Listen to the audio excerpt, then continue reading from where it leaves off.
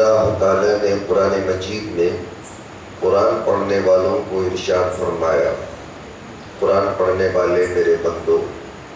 جب بھی تم قرآن مجید پڑھنا چاہو تو سب سے پہلے شیطان کے تعلق سے اللہ تعالیٰ کی پناہ، اللہ کی مدد طلب کرو۔ یہیں سے قرآن مجید کو شروع کرنے سے پہلے اعوذ باللہ من الشیطان الرجیم پڑھنا معمول بن گیا، معمول بھی بن گیا، مشہور بن گیا، متواتر بن گیا۔ قرآن مجید کے شروع کرنے سے پہلے، سورت کے شروع کرنے سے پہلے اعوذ باللہ پڑھنا، اللہ تعالیٰ کی مدد طلب کرنا ہر مسلمان کے لیے، ہر قاری کے لیے، ہر قرآن پڑھنے والے کے لیے ضروری ہے، اس لیے کہ یہ اللہ کا کلام ہے اور اللہ تعالیٰ نے اس کلام کو سراپا ہدایت بنا کر، لوگوں کو جنت کا راستہ بتانے والا ہادی بنا کر، آخری کتاب بنا کر، کتاب مبین بنا کر، سرچشمہ ہدایت بنا کر، ہدی للمتقین کا لقب عطا فرما کر حضور صلی اللہ علیہ وسلم پر 23 سال مسلسل پروردگار عالم اس کتاب کو، اس کلام مجید کو نازل فرمایا۔ اس کلام مجید کی جتنی فضیلتیں ہیں، ہم بار بار قرآن مجید کے فضائل میں، بیانات میں، تعبیراتوں میں، مختلف بیانوں میں، مختلف مجلسوں کے اندر سنتے آئے ہیں۔ تو قرآن مجید کی فضیلتوں کے مد نظر مسلمان نہیں سمجھتا کہ قرآن کے اندر کیا ہے، لیکن قرآن کے نزول کے موقع پر جو ابلیس اللہ تعالیٰ کے ہاں فرشتوں کے درمیان میں معلم الملکوت بن کر، فرشتوں کا استاد بن کر جو جنت میں رہ رہا تھا، وہ اچھی طرح جانتا ہے کہ کلام مجید کی قوت کیا ہے، کلام مجید کی طاقت کیا ہے، کلام مجید کی برکت کیا ہے، کلام مجید کی پرواز کیا ہے۔ اسی لیے شیطان کبھی یہ نہیں چاہے گا کہ بندہ قرآن کے قریب ہو جائے اور قرآن بندے کی زندگی کے اندر داخل ہو جائے۔ شیطان جیسا دشمن جو ہر طریقے سے انسان پر حملہ کر سکتا ہے، انسان کو دور رہ کر وسوسوں کے ذریعے سے اس کی زندگی کو تاخت و تاراج کر سکتا ہے، تباہ اور برباد کر سکتا ہے، اس شیطان سے کوئی بھی انسان بچ نہیں سکتا جب تک کہ اللہ اپنے فضل سے انسان کو، مسلمانوں کو، قرآن پڑھنے والوں کو نہ بچا دے۔ مارنے والا اگر نظر آ جائے تو مرنے والا چھپ سکتا ہے، بچ سکتا ہے۔ مارنے والا بغیر کسی اپنے آپ کو سامنے لائے ہوئے اگر حملہ آور ہو جائے تو کوئی بھی انسان اپنے دشمن سے بچ نہیں سکتا۔ شیطان کسی بھی انسان کو آج تک سامنے کھڑے ہو کر حملہ نہیں کیا کہ چل بھائی میں شیطان ہوں، اس سے بچ جا۔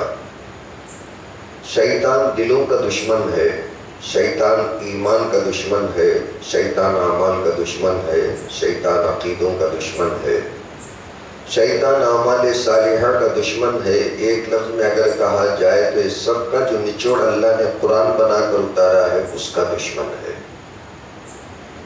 ایک ایک عمل کو کب تک شیطان گمراہ کرتے رہے گا کہ روزہ رکھنے والے روزہ نہیں رکھنا، زکوٰۃ دینے والے زکوٰۃ نہیں دینا، نماز پڑھنے والے نماز نہیں پڑھنا، ماں باپ کی خدمت کرنے والے ماں باپ کی خدمت نہیں کرنا،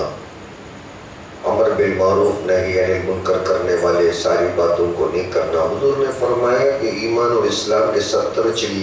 چلر حصے ہیں،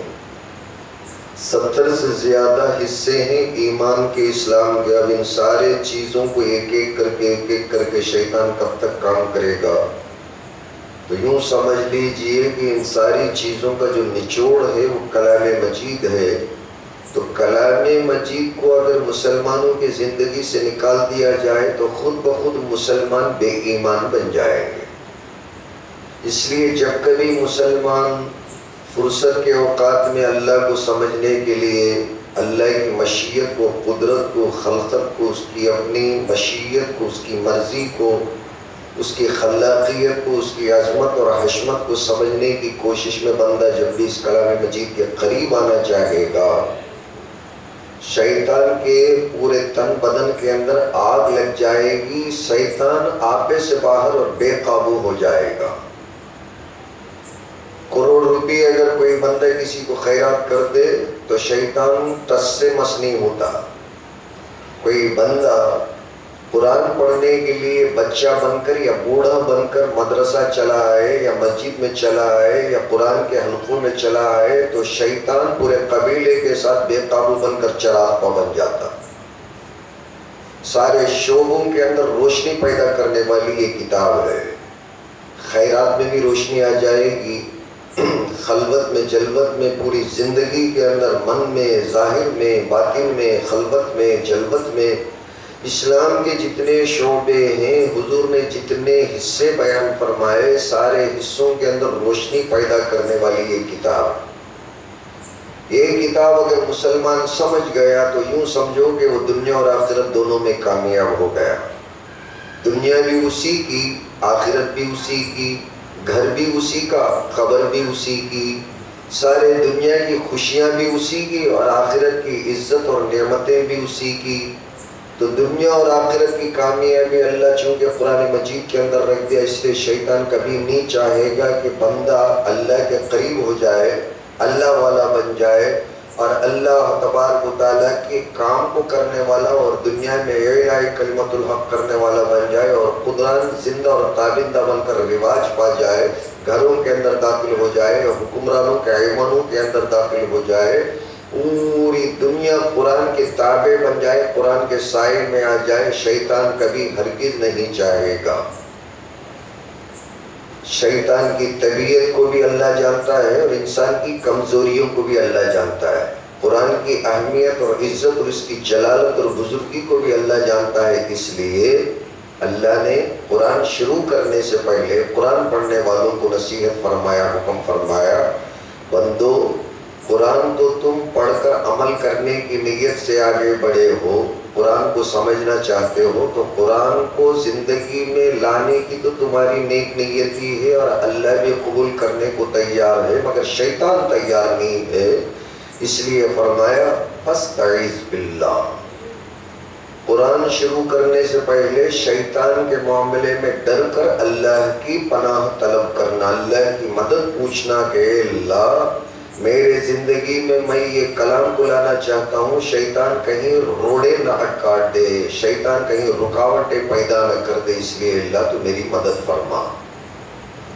اور اسی مدد کو عربی زبان کے اندر اللہ نے قرآن مجید کے اندر فاستعذ باللہ فرمایا تو سنت کریمہ حضور صلی اللہ علیہ وسلم نے کھول کر ایک آیت کریمہ اور ایک تسبیح کے طور پر ہم لوگوں کو بیان فرمایا، اعوذ باللہ من الشیطان الرجیم۔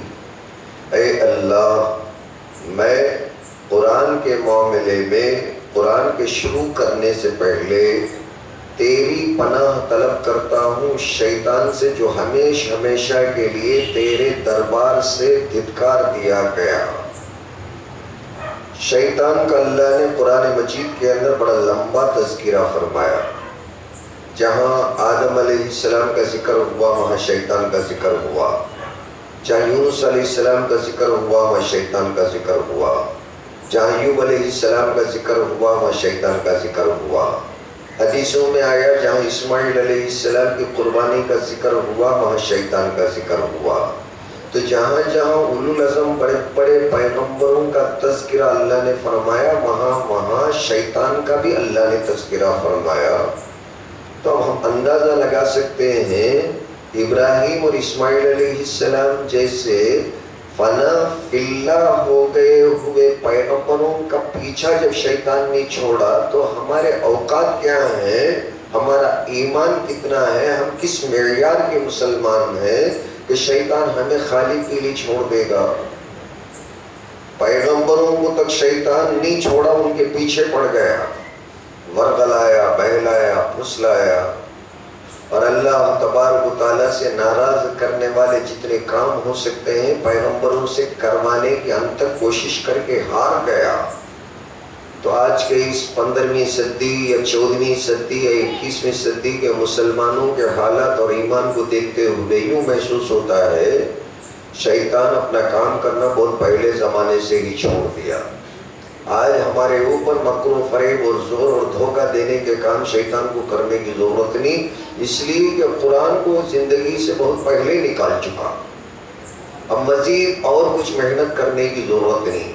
اس لیے اس تعویذ کو جو اللہ نے تعویذ بنا کر عطا فرمایا فاستعذ باللہ، لوگوں شیطان سے ڈرو کیونکہ وہ تمہارا کھلم کھلا دشمن ہے. قرآن کو حاصل کرنے کے لیے، اس کے معرفت کو حاصل کرنے کے لیے، علم شرعیہ کو حاصل کرنے کے لیے، علوم لدنیہ کو حاصل کرنے کے لیے، اس کی گہرائی تک پہنچنے کے لیے، ایک لفظ میں اگر بیان کیا جائے تو ہدایت پانے کے لیے تمہیں سب سے پہلے شیطان سے بچنا ہوگا. اس لیے اعوذ باللہ من الشیطان الرجیم پڑھنا ہوگا. ہم تمام کے تمام مکتب سے اس کلمے کو پڑھتے آئے ہیں، اس تعویذ کو پڑھتے آئے ہیں، اس تعوذ کو پڑھتے آئے ہیں. ہر ایک بچہ مکتب میں جاتے ہی سن القرآن شروع کرنے سے پہلے استاد محترم سمجھاتے ہیں اعوذ باللہ من الشیطان الرجیم بسم اللہ الرحمن الرحیم. شیطان کا اللہ تعالیٰ نے بڑا لمبا تذکرہ فرمایا کہ آخر شیطان ہمارا اتنا کھلم کھلا دشمن کیوں بن گیا کہ آج بھی دشمنی کرتا ہے. دشمنی کرتے ہوئے تھکتا کیوں نہیں ہے؟ بھلا ایک آدمی سے، کوئی بھی بڑے سے بڑا دشمن ایک دشمن سے اگر دشمنی کرے تو ایک آدھ مہینے کے اندر اس کی دشمنی کے اندر ڈھیلا پن پیدا ہو جائے گا. ہزاروں سال پہلے دشمنی کیا ہوا شیطان آج بھی اسی جوان دشمنی کو لے کر زندگی گزارتا ہے اور قیامت تک اسی بھڑکیلے پن اور اسی فوس کے ساتھ میں اور اسی ناراضگی اور اسی کراہیت کے ساتھ کو لے کر شیطان